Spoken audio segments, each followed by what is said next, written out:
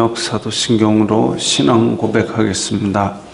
저는 전능하신 아버지 하나님 천지의 창조주를 믿습니다. 저는 그분의 유일하신 아들 우리 주 예수 그리스도를 믿습니다. 그분은 성령으로 잉태되어 동정녀 마리아에게서 나시고 본디오 빌라도에게 고난을 받아 십자가에 못 박혀 죽으시고 장사된 지 사흘 만에 죽은 자 가운데서 다시 살아나셨으며 하늘에 오르시어 전능하신 아버지 하나님 우편에 앉아 계시다가 거기로부터 살아있는 자와 죽은 자를 심판하러 오십니다. 저는 성령을 믿으며 거룩한 공교회와 성도의 교제와 죄를 용서받는 것과 몸의 부활과 영생을 믿습니다. 아멘. 거룩하신 하나님 아버지 감사합니다. 간밤에도 편히 쉬게 해주시고 새벽에 기도하는 자리에 불러주시니 감사합니다. 이 시간 저희들 마음 중심으로 주님을 경외하게 하여 주시옵소서. 예수님 이름으로 기도드리옵나이다. 아멘. 찬송가 32장입니다.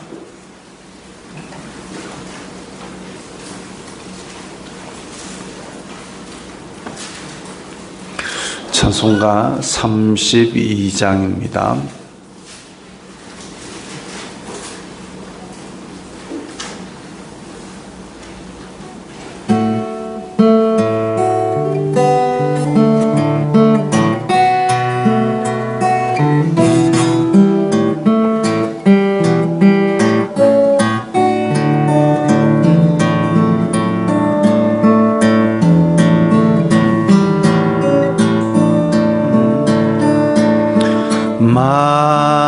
만유의 주제 존귀하신 예수 사람이 되신 하나님 나 사모하여 영원히 섬길 내 영광 되신 주로다.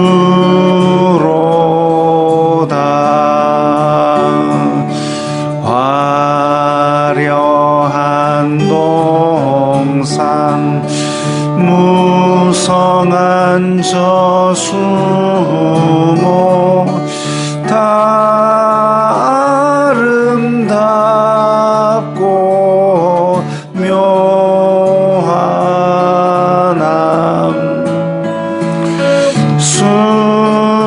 순전한 예수 더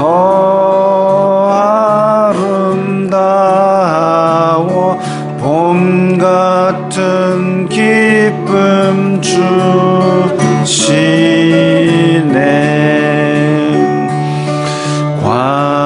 광명한 해와 명랑한 저 달빛 수많은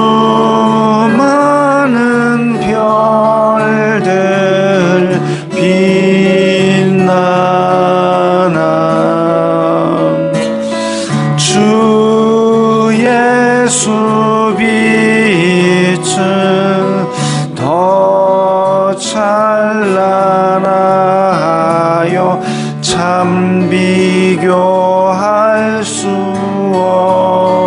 없도다.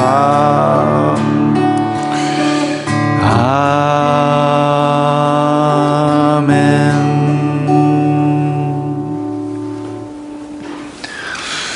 오늘 말씀은 누가복음 2장 34절부터 40절까지의 말씀입니다.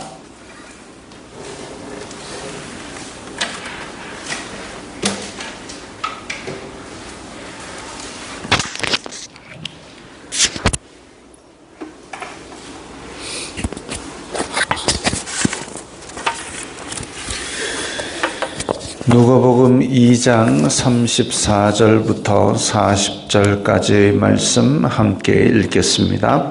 시므온이 그들에게 축복하고 그의 어머니 마리아에게 말하여 이르되 보라, 이는 이스라엘 중 많은 사람을 패하거나 흥하게 하며 비방을 받는 표적이 되기 위하여 세움을 받았고 또 칼이 내 마음을 찌르듯 하리니 이는 여러 사람의 마음의 생각을 드러내려 함이니라 하더라. 또 아셀 지파 바누엘의 딸 안나라 하는 선지자가 있어 나이가 매우 많았더라. 그가 결혼한 후 7해 동안 남편과 함께 살다가 과부가 되고 84세가 되었더라. 이 사람이 성전을 떠나지 아니하고 주야로 금식하며 기도함으로 섬기더니 마침 이때에 나와서 하나님께 감사하고 예루살렘의 속량을 바라는 모든 사람에게 그에 대하여 말하니라. 주님의 율법을 따라 모든 일을 마치고 갈릴리로 돌아가 본 동네 나사렛에 이르니라. 아기가 자라며 강하여지고 지혜가 충만하며 하나님의 은혜가 그의 위에 있더라. 아멘. 자, 시므온이 나오고 또 오늘 안나가 나옵니다. 자기의 욕심과 전혀 관계없이 전혀 모르는 사람들이 한 하나님의 성령님의 인도하심으로 말미암아 예수님께서 구세주가 되심을 서로 다 알게 하셨습니다.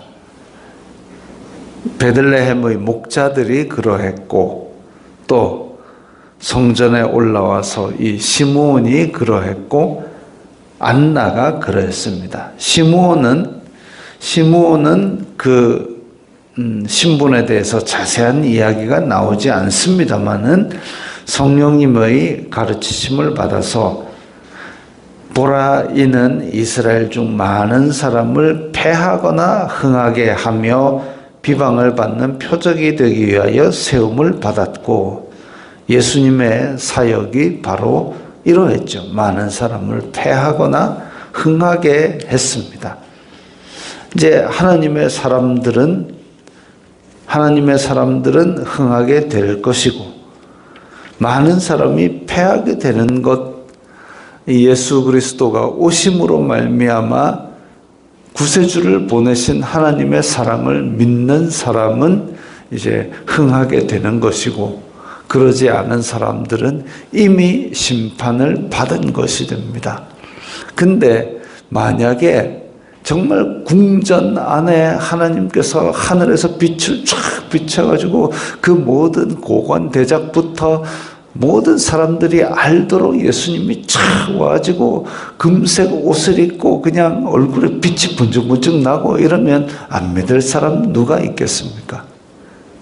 그래도 안 믿을 사람은 안 믿겠지만 하여튼 그렇게 오셨으면 참 폼도 나고 이랬을 텐데, 그런데 정말 저 변두리에 그야말로 아무도 알아주지 않는 그런 형태로 오셨기 때문에 어찌 보면 참 마리아와 요셉도 믿어야 되나 말아야 되나 하루에도 12번도 고민도 더 했을지도 모릅니다.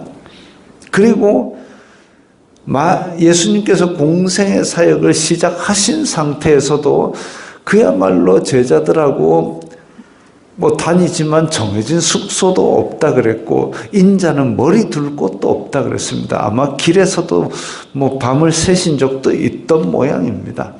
지금처럼 곳곳에 호텔도 있고 이러면 다행인데, 그 2000년 전에 그 시골에 호텔이가 뭐가 있겠습니까? 그리고 남자 제자만 12명이고 그 외에도 따르는 제자가 여럿 있었을 텐데 그 무리가 몰려다니면서 한꺼번에 잘 만한 곳이 어디 있었겠습니까? 그냥 길거리에서 그 겉옷을 덮고 자는 그런 일들도 여럿 있었을 거고 밥 굽는 일도 많았을 겁니다. 그럼 이제 밥 얻으러 돌아다니 그 요한복음 4장에 나오는 사마리아 여인 우물가에서 제자들이 밥 얻으러 간 사이에 예수님은 우물에서 쉬시는데 그 여인을 만났죠. 밥 얻으러도 돌아다니고. 자, 그런 초라하고 그런 모습 속에서 우리는 과연 우리가 그 시대 사람이면 저분을 메시아로 믿을 수 있었을까? 이런 부분도 한번 다시 생각하게 됩니다.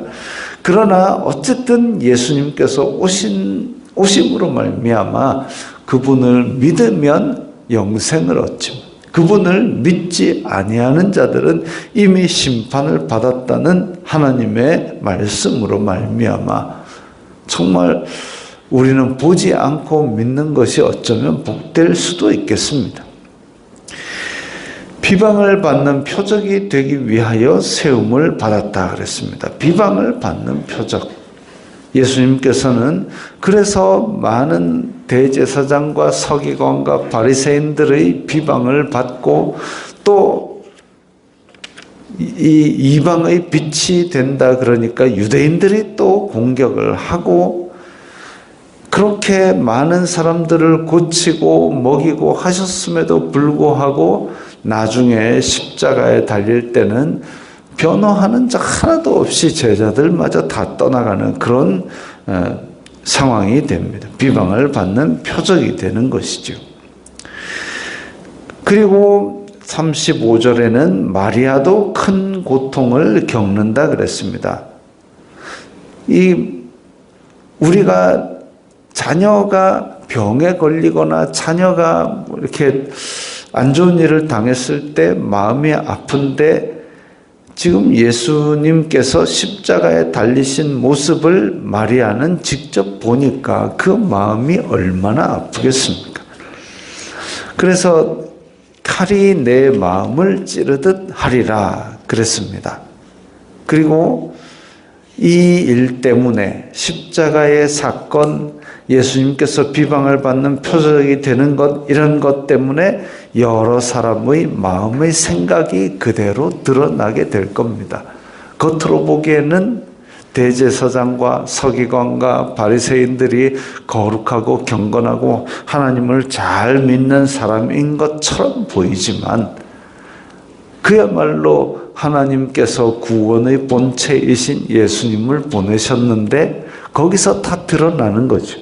제사장의 추악한 면이 드러나고 회칠한 무덤같이 겉으로는 허옇게 되어 있지만 속에는 썩은 시체가 가득 들어있는 서기관과 바리새인들의 마음속의 상황이 그대로 다 드러납니다. 과연 예수님 앞에서 이렇게 드러났듯이 우리는 또 우리의 속은 어떤가 모르겠습니다.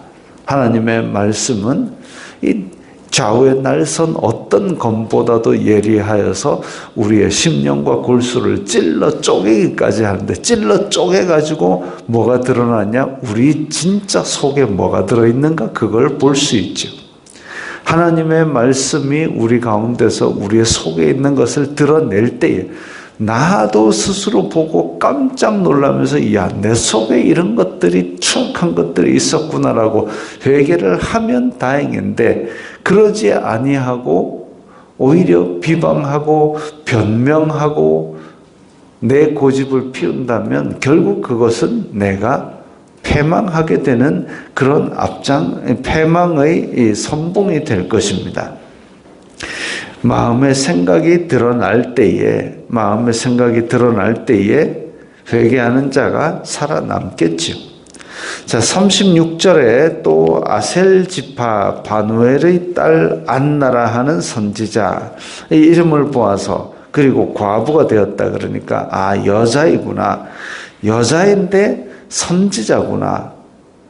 그러면 이 선지자라고 했는데 여자인데 이렇게 지파와 그 족보가 나오는 것을 보니까 아마도 이 지역에서 주변 사람들에게 오랫동안 신뢰를 받고 존경을 받고 선지자 역할을 했던 그런 사람으로 보입니다.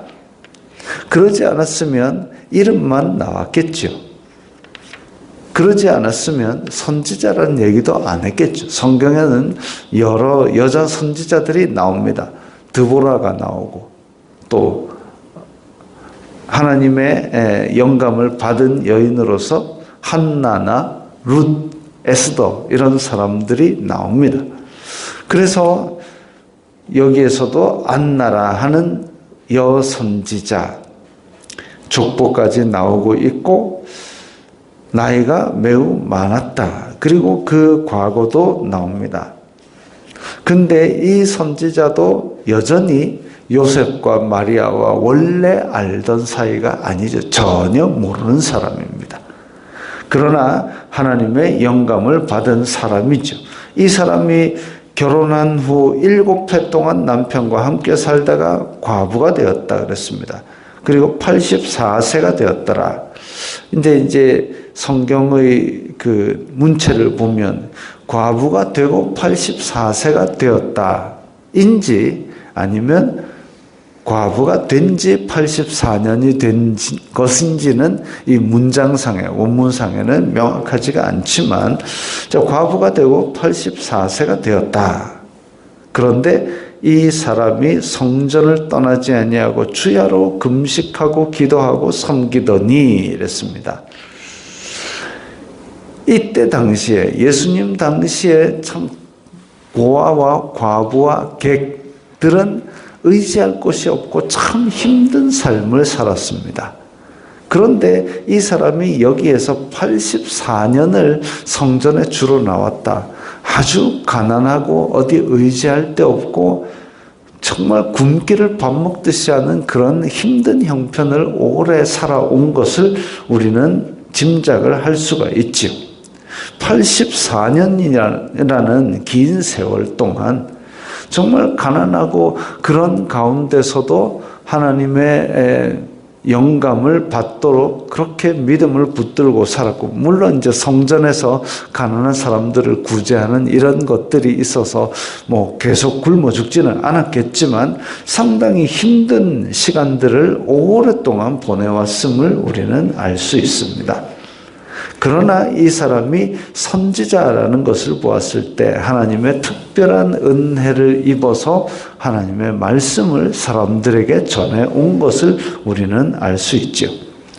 그래서 이렇게 사람들에게 인정을 받는 선지자도 마침 이때에 나와서 하나님께 감사하고 예루살렘의 속량을 바라는 모든 사람에게 그에 대하여 말하니라. 하나님께 감사하는 것은 이 오랜 기간 힘든 삶을 살아왔지만 그 끝에 하나님께서 구원을 이루신 것을 눈으로 보게 되어서 성령님께서 그것을 알게 하시니까 너무나 기쁜 겁니다.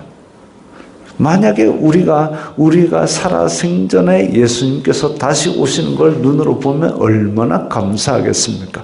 물론 그렇게 되면 바로 이제 우리는 들림을 받고 역사가 이제 정말로 끝이 나겠지만, 그래서 어디 가서 말할 곳도 없어지겠지만, 이때는 어쨌든 예수님께서 오신 것을 바라보는 그 자체가 너무나 기쁘고 감사한, 정말 땅끝까지 미칠 기쁨의 큰 소식인 겁니다.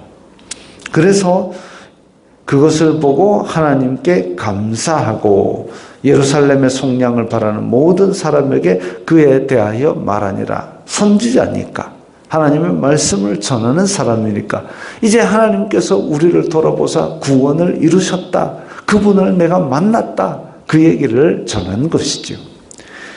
요셉과 마리아는 정말로 확신이 들었을 겁니다. 목자들도 만났지, 시므온도 만났지, 안나도 만났지, 내가 전혀 모르는 사람들인데 성령님의 인도를 받는 사람들이 이분이 바로 하나님께서 보내신 그리스도라 하니까, 비록 내가 내 배 아파서 낳았지만 하나님께서 이렇게 기적적인 절차를 통해서 낳은 것, 그것을 나만이 아는 것이 아니라 성령님의 인도를 받는 모든 사람이 구세주로 알고 있구나, 위안을 받았을 겁니다. 나는 혼자가 아니다, 하나님께서 함께 하시고, 이 바알에게 무릎 꿇지 아니한 7,000인이 있었던 것처럼 하나님의 놀라운 새벽 이슬 같은 그런 사람들이 나의 주변에 나의 동력자구나. 그걸 알았을 겁니다. 그렇게 해서 확신을 가질 수 있도록 하나님께서 계속 인도하고 도와주셨지요. 주님의 율법을 따라 모든 일을 마치고 갈릴리로 돌아가 본 동네 나사렛에 이르니라. 다시 나사렛에 정착하기까지는 시간이 좀 더 흐릅니다. 왜냐하면 그때에 헤롯에게 동방박사가 찾아오고 헤롯이 그것 때문에 그 시점을 전후한 아기들을 다 죽이려고 할 때에 또 이집트로 도망을 갔다가 다시 돌아오는 이런 과정들이 지금 마태복음에 나오는데 누가복음에는 기록이 되어 있지 않습니다. 그러니까 이 39절 사이에는 또 일정한 시간이 좀 많이 흐르게 되죠. 그리고 나서 어쨌든 나사렛에 다시 정착을 하는 과정이 나옵니다. 그리고 유년기는 자세히 기록되어 있지 않지만 세례 요한처럼 아기가 자라며 강하여지고 지혜가 충만하며 하나님의 은혜가 그의 위에 있더라 이랬습니다. 은혜와 진리는 예수 그리스도로부터 우리에게로 흘러왔다고 그렇게 성경은 기록하고 있습니다. 자라며 점점 강하여지고 지혜가 충만하고 은혜가 위에 있더라. 이런 것들이 예수님에 대해서 이렇게 유년 시절에 기록된 것인데 그 외에는 상세하게 기록되어 있지는 않습니다. 왜냐하면 실제로 우리의 구원 사역은 이제 30세 정도가 되어서 공생의 사역을 시작할 때에 나타나기 때문에 그 전까지는 하나님께서 준비하시고 예비하시는 은혜를 따라서 가정에서 순종하셨던 것으로 기록되어 있습니다.